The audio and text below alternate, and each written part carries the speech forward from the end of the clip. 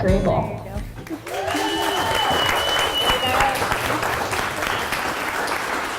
Ooh, thank you.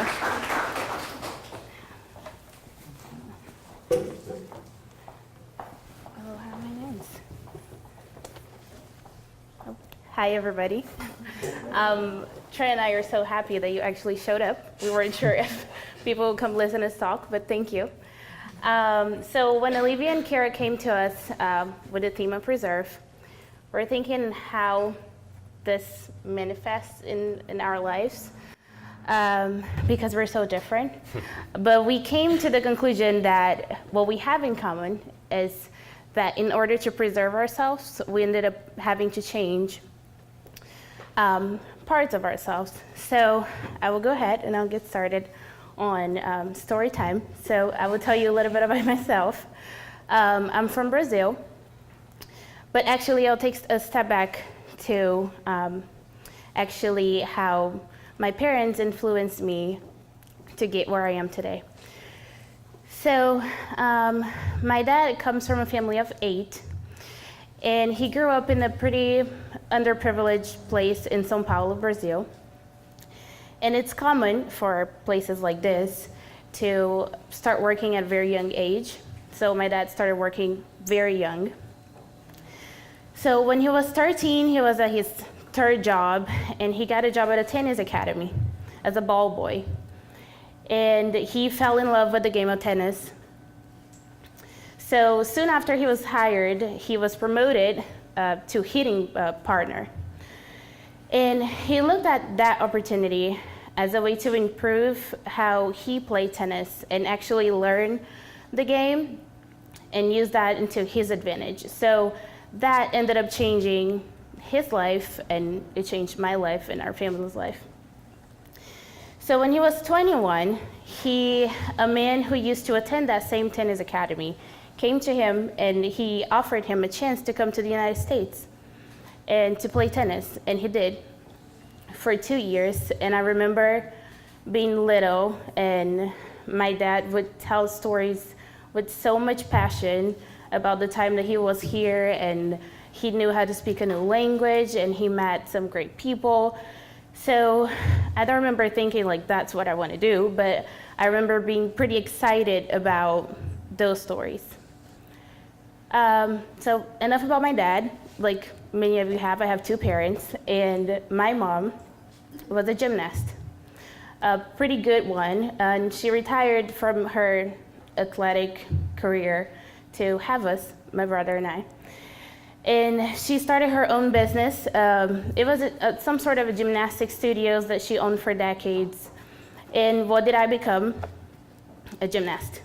So after my dad came back from the United States to Brazil, he also ended up having a solid career in tennis as an athlete and as a coach, which he still is.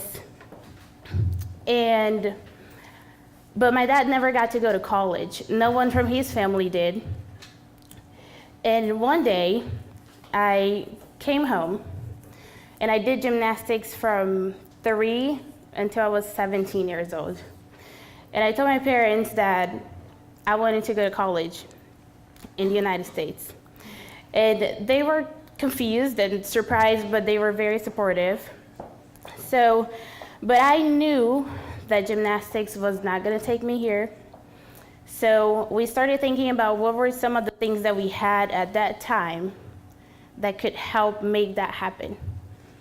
So they suggested that I would start playing tennis.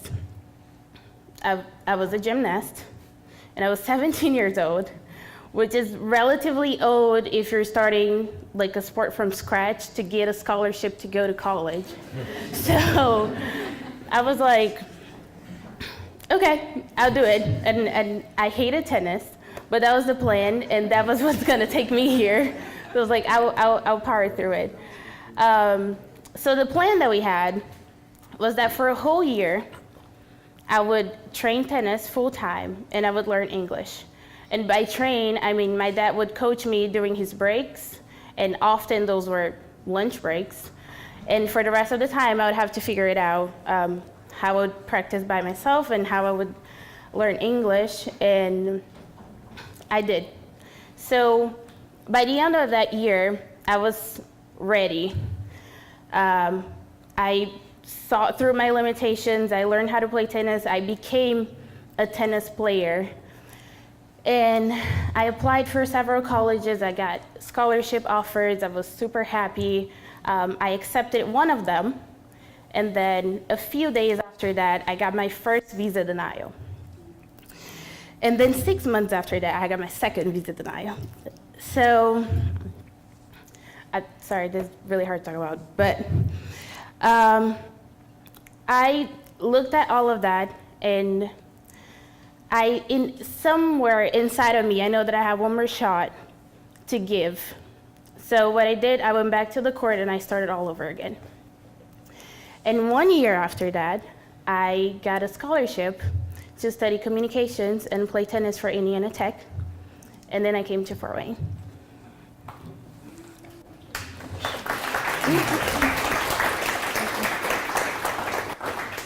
So my story is very similar to Barbara's. I first came to the United States when I was born. So Barbara's focus was on changing herself and adapting to achieve a goal. And then my focus for most of my life has been saying no to goals and saying yes to everything. And so my focus has always been the changing my environment, whether by creating new environments or moving somewhere new to try and take in all the opportunities there.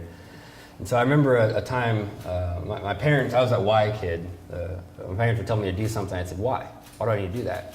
And eventually my mom had a new rule in the house, which was if I tell you to do something, you just do it. Because I would ask why at every occurrence.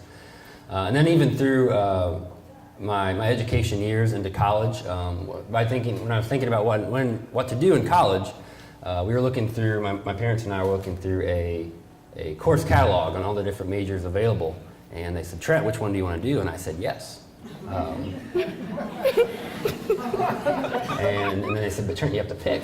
And I was flabbergasted. I'm like, no, I don't. I can choose it all. But it gets really expensive, so I did have to pick eventually. But I remember by my senior year, I decided to graduate in biology, pre-medicine, but I had taken courses in ancient Greek and in French and in intro to theology and intro to programming and speed reading and content writing and all sorts of stuff. Speed reading didn't work, by the way. I'm still not a very fast reader.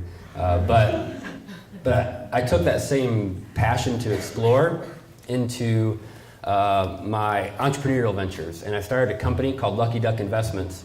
And it was basically a side hustle company. And it added validation to my aimless wandering. It was much more impressive to say I have a company as opposed to I just do stuff. And some people pay me money for it. So that's what I did for a while, and that took me all kinds of different directions. I was a chicken farmer for a while, and I traded penny stocks, and I did some marketing, and then I did some teaching and consulting, and then I sold some used cars, and it was I don't know, I did a whole bunch of stuff there. And I took the same thing to my career. And I don't know if any of you are in LinkedIn. One of the requirements on LinkedIn is that you have to pick an industry, and there's no all of the above. So that was really hard for me to pick. And so unlike Barbara, where her goal was to achieve a goal and then put herself in a position to achieve that goal, my goal for a long time was just to find where I belonged. Because I knew what I was good at. I knew that I could dive into chaos and make sense of it and dissect things and deconstruct things and then put them back together again in a more optimal way. But I didn't know who needed me. And so for the longest time, my struggle was not who am I or how do I adapt. It was where do I go? Where are my skills best suited? So I made it here, but I knew nothing. I spent all of my time trying to figure out and work out a way to come. So when I was here, I didn't speak English and I didn't understand anybody. So I realized that I would have to adapt pretty fast to everything that was going on. But in adapting, I know that I got it all wrong. So I thought that adaptation meant to fit in no matter what. And in order to like thrive and belong in this place, I would have to become somebody else, or at least an Americanized version of myself. And of course that turned out horribly. I completely lost my north and a sense of like who I was. But I was determined, and I wanted to lose my accent. I wanted to change my style, and I would step away from everything that would feel like it was from the old me. But what that taught me was that we need to make small changes as we see it necessary, and adapting, it's inevitable, especially if you're moving to a different country. But it's equally important to make sure that you're preserving your essence and you're preserving what's unique about you, because we all have something authentic to give into the world. And I think that comes from a place so deep within. And of course, I just realized once I was out of Brazil that only us can access it and can inhabit. So that was something, a quick example of how I've been constantly adapting to this environment. So I'm a data nerd, so I'm going to throw up a graph here. And this graph was really insightful for me, because as I wandered around aimlessly, I thought, what does it mean to know what you're doing? And it turns out when you're an expert at something, you have no idea what you're doing. You're just really good at saying it depends, right? So I think the more that you can say it depends and understand the context you're in, the more that you really understand the subject matter that you're exploring. And so I think that when I was going through my constant explorations, I decided to, even as a kid, the why question was pretty prolific. And so I questioned everything. And what this did for me when I started thinking about my constant questioning, not as a limitation, but as an ability to dive in and really understand situations, that helped me to understand that my value maybe wasn't in one particular industry. The lucky accountants and doctors that know exactly what they're doing and their path is laid out in front of them wasn't me.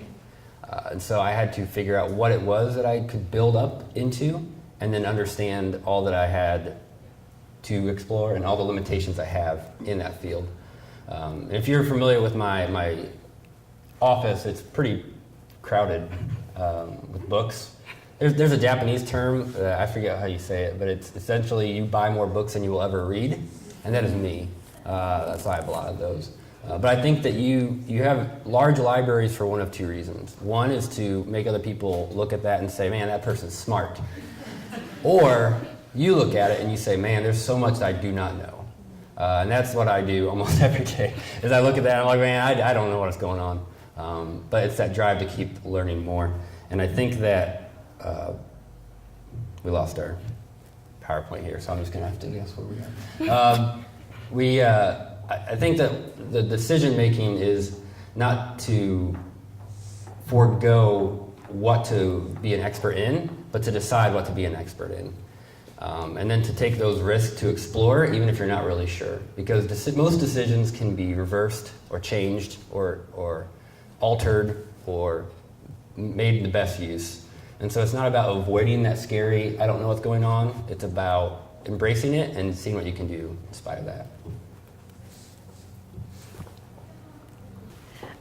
So there is a text from Hunter Thompson that we often share with our students at Indiana Tech.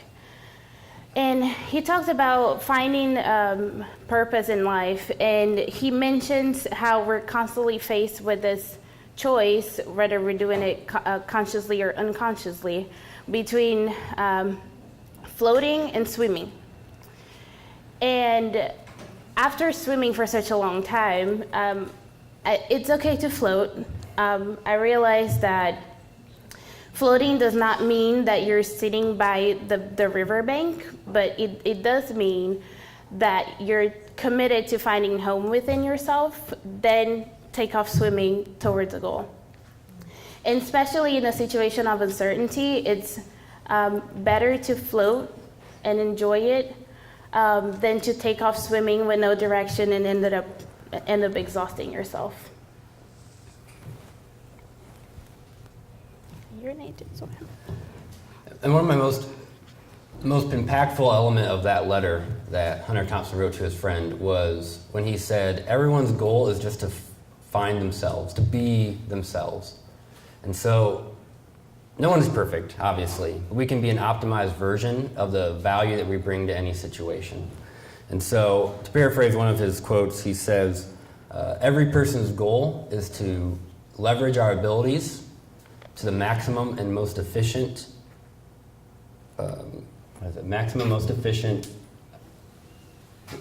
utilization of our desires. Yeah. So it's not that you need to be perfect or that you need to have it all figured out. It's that you know what you're good at and you know how to accomplish what you want to accomplish in life. And if you can make those decisions every day, then your goals can change, but you can keep swimming in a direction that makes sense. So one more thing from that text that we also, it's kind of our mantra in the C3, is that if you have 8 predefined paths in front of you, and none of those speak to who you are or where you want to go in your career or who you want to be, then create a 9th path. Play tennis, do something that will take you where you want to go. Don't let the choices that are in front of you limit who you want to be and where you want to go. And also don't let the choices that you've made in the past and that you regret or that you're not so happy about define the essence of who you are. But at the same time, you have to choose. As I share with my students often, if you are not in control of your brand or your decision making, someone else will be. And so there will be times where you have to choose, and that's painful for me, as you saw from my backstory. But you can't go left and right at the same time. You can do both eventually, but you can't do them both at the same time. So as we try to best invest our 2 most valuable assets, which are our time and our focus, you have to pick. And you can pick everything eventually or in a certain capacity, but you can't pick it all at the same time. So, I can't read up. So these are some lessons that I've learned from constantly adapting. And I think the first and most important one is that adaptation is not about me, it's about we. It's me adapting to you and you adapting to me and us creating something together. So he ends up being an inward reflection of the outward. The next thing, I learned pretty early in my journey to see beyond my initial failures. So I hated tennis, for example, but I was able to see beyond my limitation because I had a dream to accomplish. Building my base of supporters. So I've been in Fort Wayne for 6.5 years now, and I can say that I met some incredible people that were very gracious in taking me in. And I very much look up to them, and they make this place home. So bricolage is actually a term that I learned from Trent, is a French term, and it means that we need to build and design and create with what we have now in the situation that we are right now. And that kind of takes me to my next point of seeing things from a perspective of abundance. So even within what you have to work with right now, there are infinite possibilities and new chances and new opportunities to get to where you want to get. And I think that also takes a little bit of the pressure out of our shoulders to like, oh, we only have one shot, one chance to get to this place or to learn the skill or to improve ourselves. So last but not least, I strive to build a big toolbox with myself. So all the experiences that we go through and everything that we learn, at least what I do, I try to put into this place that I know that if I'm in a situation of solving problems in real time and I have to improvise, it gives me the comfort that I can assess those things, and I can strategize and I can think, and that also helped me understand what's the value that I bring to the world that's unique to myself. And in the same way that we can preserve ourselves by adapting ourselves to an environment, we can also change our environment to better suit us. And I'm a nerd. And so these 5 points are based on research by a woman named Sarah Saravathy. And she found out that there are 5 different things you can look at when you're looking at making the most of your value in whatever situation you go in. And the first off is evaluating your means. What that means is that when you look at your assets, if you have a flashlight and you say, what do you have?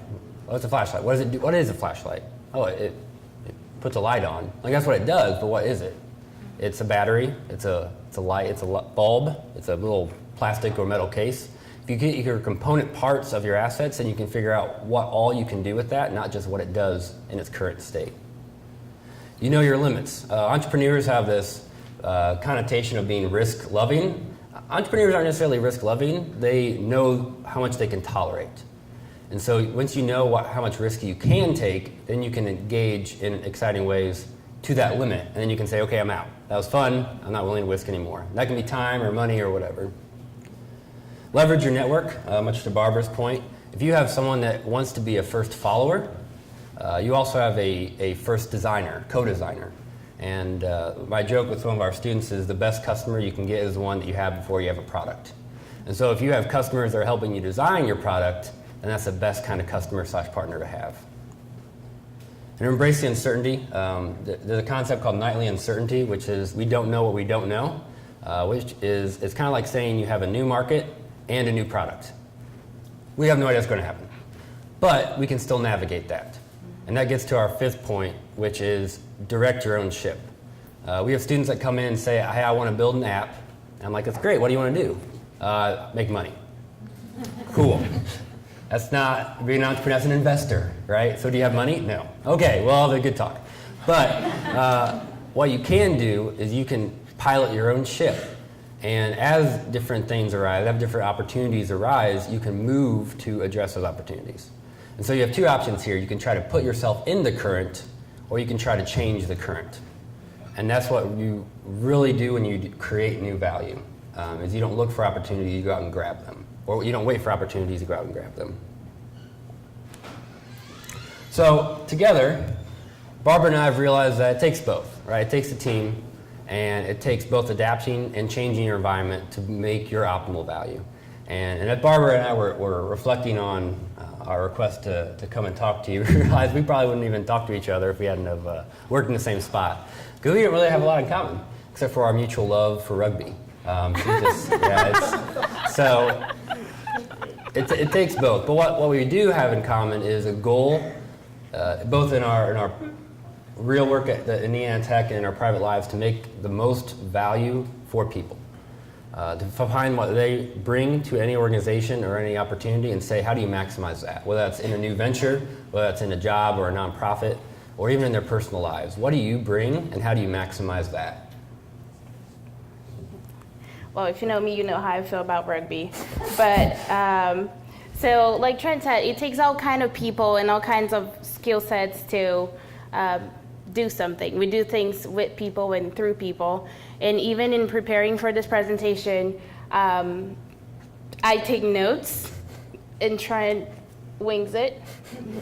And that's kind of how we work together. And we work well together in delivering these values to the students.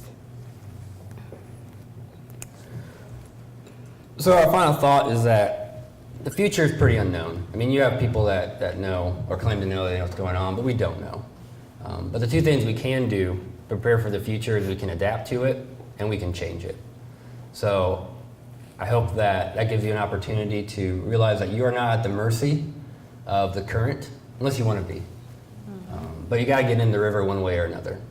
Because if you don't, then you won't be around to see the future, to see tomorrow. So When you think about preserve, we think about old buildings. When you preserve an old building, you don't let it decay, right? You put in the effort to make sure it's around for tomorrow. So that's what we want to encourage you to do today. Thank you.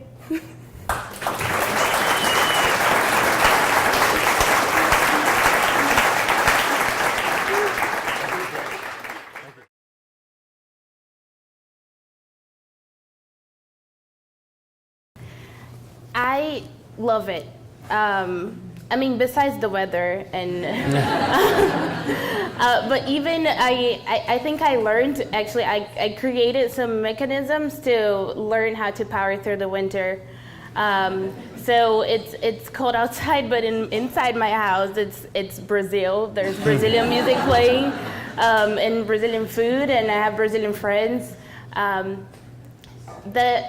It was very easy for me to build my support group.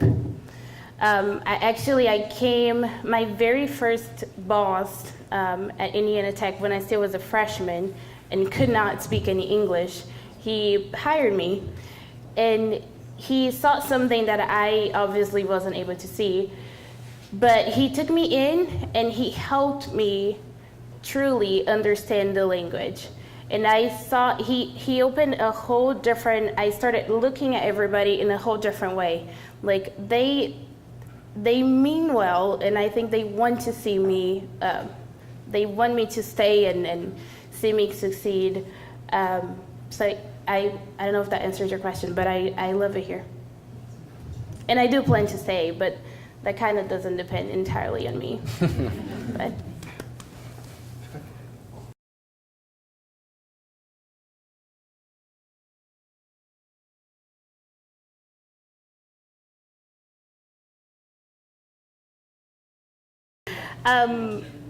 To me, it's sports.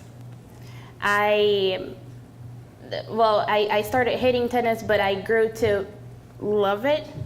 It really helped me stay centered and see the world in a different way. I grew up in a family of athletes, so that has always been our practice, literally, every day, every weekend. So that's kind of it's always been my escape, but I do meditate and play sports. I just kind of power through. I don't know if that's a really good strategy, but that's what I do. We were talking about that a little bit. I had kids pretty young, and so we were broke and didn't have cars or houses or anything, and so it wasn't really like, how do we optimize this situation? It was like, we got to do this. So I've just adopted that. I keep the end in mind, and even when we were prepping for this, Barbara asked, "So aren't you nervous?" And I said, I don't think about that. I think about what we need to do. And so I keep that. Anything that we need to do to complete that goal is what I do. So I don't know if that's a good answer, but that's how I power through. That's my answer. Thank you very much. Yeah.